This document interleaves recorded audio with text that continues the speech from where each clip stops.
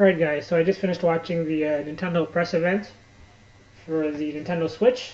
I watched it just not about an hour ago, and I went in with my expectations set really, really low. I wasn't expecting much.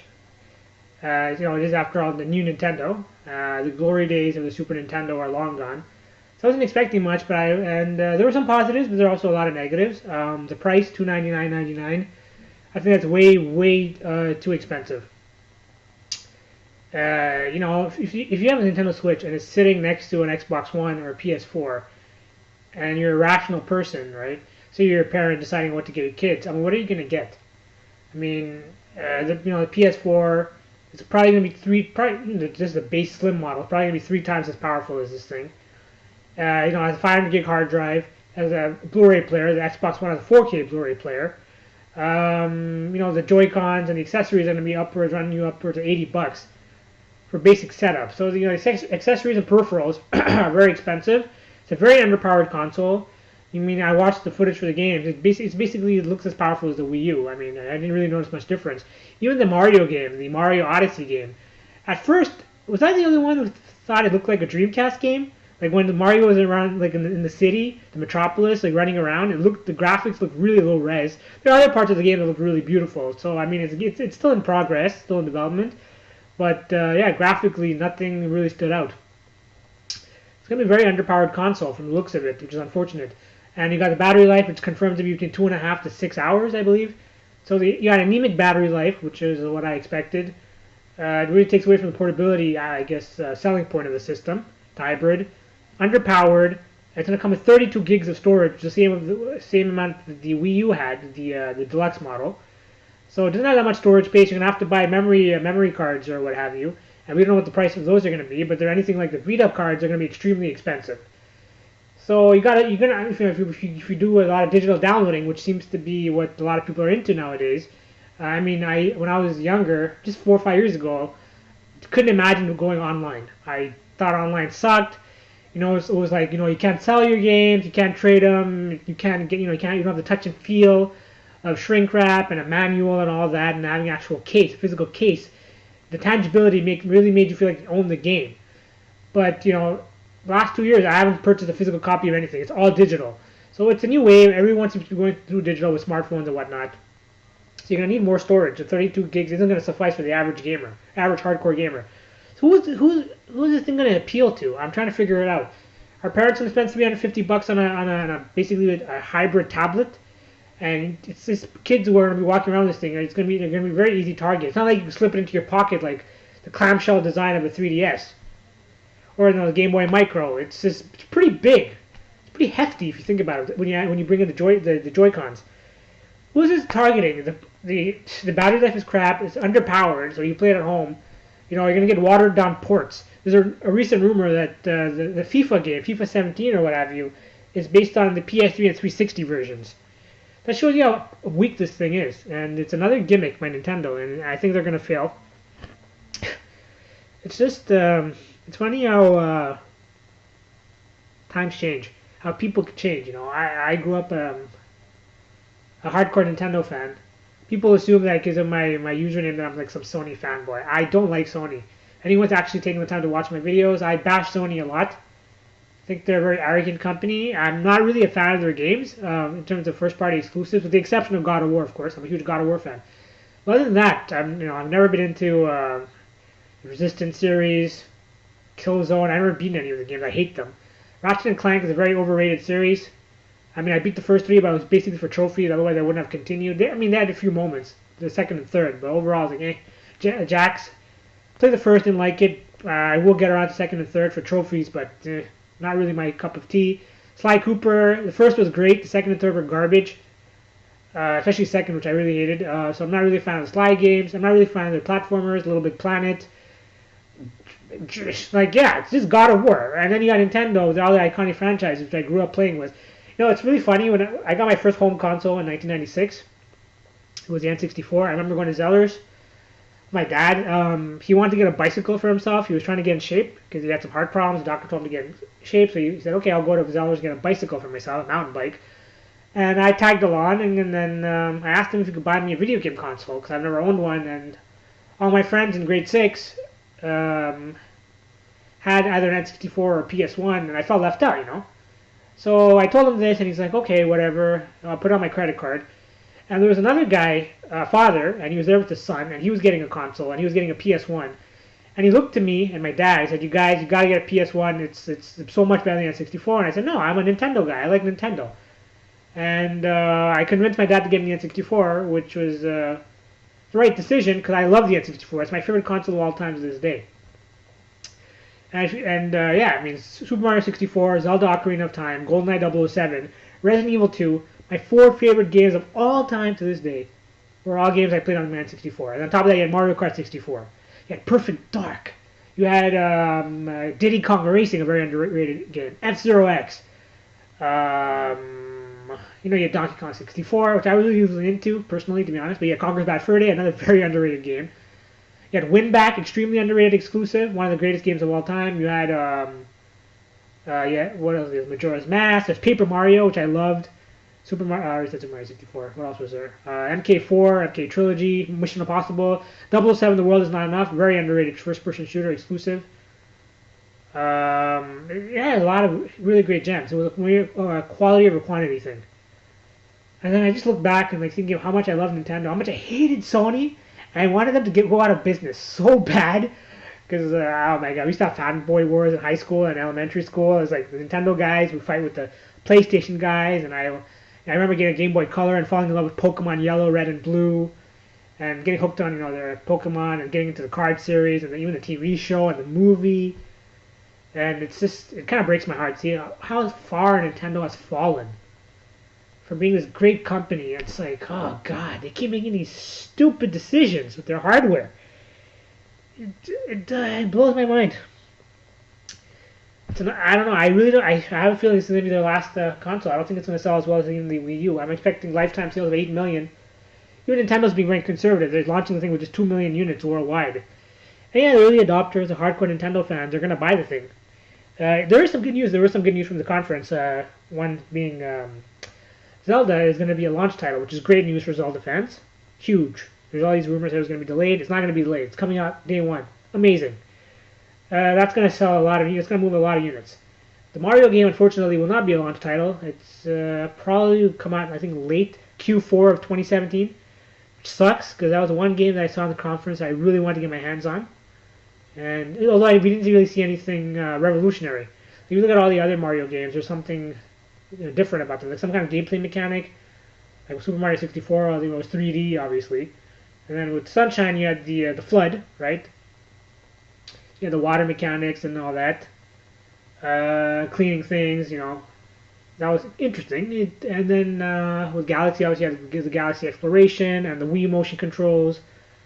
Mario Galaxy 2 was one of my favorite games of all time. And with this game, I don't know, it didn't really see anything yet. I mean, well, it remains to be seen. I'm sure it's going to be a great game. It's Mario. I've never played a bad 3D Mario game in my life. They're all really good. But it's not a launch game. So there's Zelda, and Skyrim is confirmed, which is great, but they did look very good. I don't know why anyone would want to play Skyrim on the Switch when you get a much better version on the Pro, Scorpio, or even the Slim or Xbox One. Unless you really want to take it on the go. But I really don't think Skyrim is the type of game you want to take on the go. It seems like a console experience meant to be played on the big screen. It's my personal opinion. I'm sure people disagree. And then there's Splatoon 2. Not my cup of tea, but I know there's a lot of Splatoon fans. We thought it was going to be a port of the Wii U version, but it's a brand new title, which is great for Splatoon fans. There was Xenoblade Chronicles 2, or Xenoblade 2, which is huge for JRPG fans. There was Shin Megami Tensei. I actually played one of the games on PS2. Pretty interesting. There was Fire Emblem, for those who like it. More power to you guys. It's great. A lot of JRPGs. You got Dragon Quest. I think 4 Dragon Quest titles for the Switch. They're really trying to cater to the Japanese demographic, which is great for them. But what if you're not into JRPGs? Or Splatoon? I don't know. I was hoping to see, personally, I would love to see an F-Zero game. It's been ages. 2004, I think, was when F-Zero GX came out. I could be wrong. Correct me if I'm wrong. It's been over a decade, I think. It would have been great to see an F-Zero. It would have been great to see Metroid Prime 4. It would have been great to see Final Fantasy 7, which was rumored. Now it looks like it's not going to happen. Or even Final Fantasy 15. Nope. Resident Evil 7. Nope. We didn't really see any AAA titles. there's a lot of teasers in the game. I remember when I saw that cowboy guy come out, I thought it was a teaser for Red Dead Redemption 2. So we got this really crappy, stupid casual game. We saw some really crappy casual games I have zero interest in. From what I saw, the only game I really want to get my hands on is Mario Odyssey. I'm not really a huge Zelda fan. I know a lot of people are. Ocarina of Time is my favorite game of all time, but I'm not even a Zelda fan. So there you go. I guess it's a testament to its, universal appeal of sorts. That's my favorite game that I've beaten it thrice. But I'm not a Zelda fan in general. The only two Zelda games I've beaten are Ocarina of Time and Twilight Princess on the GameCube. Which is disappointing, actually, but I still like those solid 8 out of 10. But yeah, there's that. That's good. And battery life is shit. The HD Rumble feature is pretty interesting. That seems really cool. Nintendo, remember, they created the Rumble Pack. So they know what they're doing when it comes to Rumble. So that's pretty interesting. I wasn't expecting that. That's pretty cool. So I don't know. There wasn't any really must-play games as an Odyssey. I'm trying to think. What else was there? Mario Kart 8. With all the DLC. That could be interesting. I love Mario Kart. I've never played a Mario Kart game I didn't like. So that's great. But what if you already played the game on the Wii U? Then what? Are you really gonna play it? Do you really willing to purchase it again because of the ability to take it on the go? Is that a really good selling point for you guys? I don't know. Yeah, I mean, they're sure they're gonna unveil more games as in the coming days. But based on what I saw, I was like, a lot of JRPGs, a lot of casual games, a lot of watered down ports, and yeah, I don't know. I was hoping they'd unveil some of the specs, but they did not. It looks really weak, probably why they didn't unveil specs. Battery life is crap. And yeah, that's pretty much it. I think the $299 price, I said before, I think they were sold like crazy. And they launched it at a $200 price point. But $300, man, sitting next to a PS4, and even an Xbox One, man. I'm not a Microsoft guy, but I mean, Gears of War 4 alone made me contemplate getting one. There was such an amazing deal on Xbox One on Black Friday. I was this close to clicking proceed to card. I mean, not to add to cart, but proceed to checkout rather. I was so close. You know, the deal was $300? You get Xbox One S, gorgeous console, with Gears of War 4, Gears of War HD Ultimate Edition or whatever. What was it? GTA 5.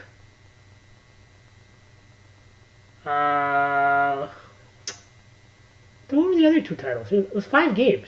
Oh, a Rare Replay, which includes like 20 titles actually, if you think about it. And sorry, I'm blanking on the 5th title. But it was a freaking ridiculously good deal. 5 games, Xbox One, $300. Imagine that sitting next to a Switch, which they didn't show any other bundles, just like the bare bones console, $300, and now they're saying that they're going to start charging for online, which was inevitable. But the question is it going to be a service similar to Plus? Nintendo is they're pretty stingy and they're a pretty cheap company. I think the service is going to be pretty crummy. With PS Plus, it's $70 Canadian, 60 US. You're getting free games every month. You're getting all these great discounts, right? Are they going to offer something similar? If they do, and you get let's say 2 first party games every month, that would be amazing. That would make me contemplate buying a Nintendo Switch. You get to play let's say launch month March, you get like Super Mario World from Super Nintendo, and Mega Man, or a Castlevania, or Earthbound.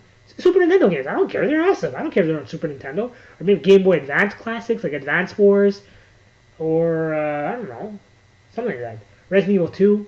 I'd love to see all the Resident Evil games on the Switch. It'd be really cool to be able to take, let's say, Resident Evil 2 on the go or something. That'd be interesting. We really got to expand the eShop. It's pretty shitty. I used to own a Wii U, and there wasn't many games to choose from. So if they can offer something comparable, we get free games and huge discounts for being a member. That's awesome. If that isn't the case, then Nintendo's going to be in trouble. So we don't know that much yet. They haven't. The mum's the word on the online. The Joy-Cons is fine. The Pro Controller is great, although I wish they would have given us more details on the battery life. Are the triggers going to be analog triggers or what? Like, we don't know. Digital, we don't know. Is it going to have a headset jack? We don't know. So there's a lot of things they didn't tell us. So we'll see. I don't know. I think Switch is going to not do very well. And like I said, I've gone from a guy who's hated Sony wanted them to go out of business to wanting Nintendo to go third party. And I never thought I would say this. But they just don't get hardware. They don't understand what hardcore gamers want. They're out of touch with the modern day gamer. They rely on nostalgia. All the people like myself who started playing Nintendo games in elementary and are now in their 30s, we still think about those good old days where we were happy and life was innocent and beautiful and simple and uncomplicated. And we think about the good times, the worry-free, stress-free days playing, Nintendo magic. I think Nintendo's lost a lot of their magic. I mean, if you look at the Metacritic rating for many of their latest games, they've been shitty as hell. Like the new Paper Mario Color Splash, and you got F-Zero, Star Fox Zero. Their games have not been as good as they used to be. It's like they're running out of ideas, and it's just not the same anymore. So it's very disappointing. I don't know. I'd really like to give a reason to go back to being a Nintendo fan. And it looks like I'm gonna have to get a PS4, which I really don't want to do. Because I'm really not a big fan of their first-party stuff, as I mentioned. I don't like the controller, the DualShock 4. I don't like the battery life, don't like the controller, the feel of it. I used to own a PS4. I sold it. There's a guy on Craigslist offering a PS4 for $300 with 2 controllers, a dual charger, Energizer charger, 6 games, Destiny with the DLC. What was he using? There's DLC. Yeah, there was Black Ops 3, Call of Duty. NHL 16, The Order 1886, and don't remember the other 2 titles. Sorry, but it was like a really good deal. Like it was a PS4 with 6 games, 2 digital and 4 physical copies, and a dual charger for $300, guy. I could get that. That's the same amount as the Switch is going to be. That Switch will be more with taxes. And again, I'm in Canada, so the Switch is going to be $400 here. With taxes, it's going to be close to $500 for just the system. The thing is going to bomb like never before in Canada. I can't speak for the rest of the world, but the thing is it's going to do so bad here. The US is going to be $300. It'll do okay because it's Zelda. Just like the Wii U did really well at the beginning and then tapered off in terms of sales and stuff. It's going to be the same thing. It's going to be a Wii U 2.0. Nintendo will hopefully go third party, and I don't know, man. I'm conflicted because the part of me would love to see Nintendo do their own thing, but they just don't get it, man. With these stupid freaking gimmicks. After the Wii U flop, you would have thought they would have learned, but nope. Dedicated handheld gaming is dying. This is evidenced by the 3DS sales, which are not even half of what the DS pulled off. The Vita is basically dead. It was DOA. That's it, guys. What do you think? I know there's a lot of Nintendo fanboys would dislike this video, but I'm just trying to be totally rational. Take your fanboy cap off for a second. Look at all the faults of the system. There are things we don't know about, but it looks, based on the footage, graphically, it doesn't look as powerful as the Xbox One or PS4. The battery life, we know it's not going to be good. The Joy-Con accessories are going to be more expensive than what the Sony and Microsoft offers with their peripherals and accessories. You're going to require memory cards, probably be very expensive. There's all these issues. Other than a lot of JRPGs, there aren't really any good exclusives, not any great third-party stuff that was shown. I don't know, man. I'm not really a handheld guy. So I think it's not going to do well, and I hope to be proven wrong. I hope that over the upcoming months they unveil all these amazing AAA titles, and that finds out it's more powerful than we think it is when it's docked, or they're going to add some kind of supplemental computing device or unit or something that's going to beef up the specs to compete. Because this thing right now can't even compete with the Xbox One, which is outdated when it came out 4 years ago. So I don't know why anyone would pay as much for a console with far fewer games and less tech and less features. And I really wish they would have shown what else they could do in terms of streaming and stuff. But they didn't show it. So anyways, that's pretty much it, guys. Let me know what you think. Take it easy.